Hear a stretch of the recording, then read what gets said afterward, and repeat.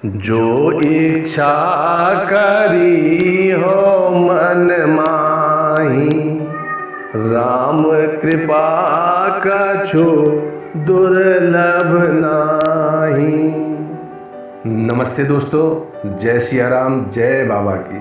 मैं पवन कुमार चतुर्वेदी एक छोटी सी कहानी आपके लिए। बादशाह अकबर बीरबल को बहुत मानते थे।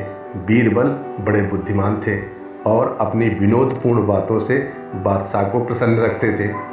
अकबर और बीरबल के विनोद की बहुत सी बातें प्रचलित हैं। उनमें से कुछ बातें बड़े काम की हैं। एक घटना हम यहाँ सुना रहे हैं। एक बार बादशाह अपने राजमहल में गए। बादशाह की सबसे बड़ी बेगम उस समय अपनी किसी सखी से बातें कर रही थी।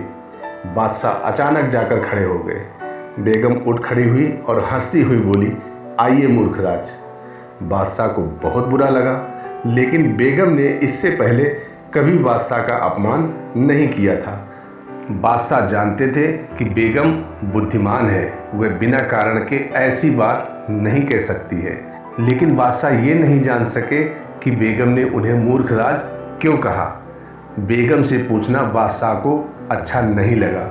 थोड़ी देर वहाँ रहने के बाद वे अपने कमरे में वापस चले जाए। बादशाह उदास बैठे थे। उसी समय बीरबल उनके पास आए।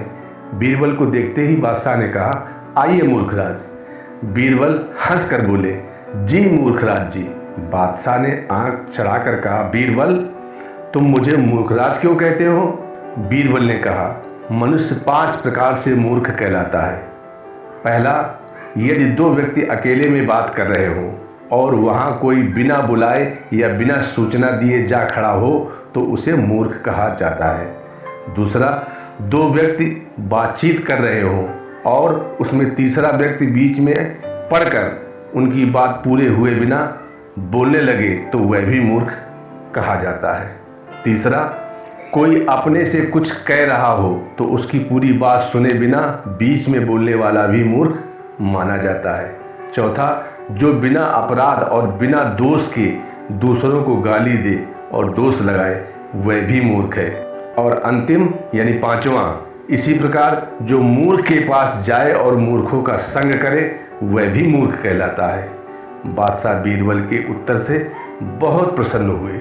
ये 5 बातें हम सब के जीवन में बहुत काम आने वाली होती हैं।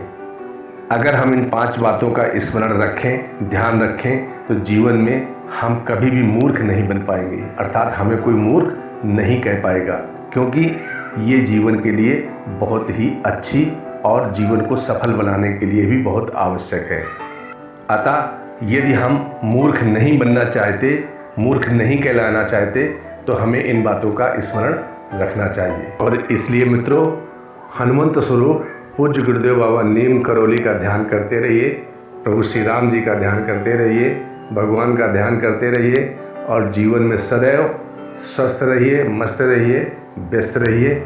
दोस्तों, आज का क्रमांक कैसा लगा कमेंट करके अवश्य बताएं। मिलते हैं अगले क्रमांक में।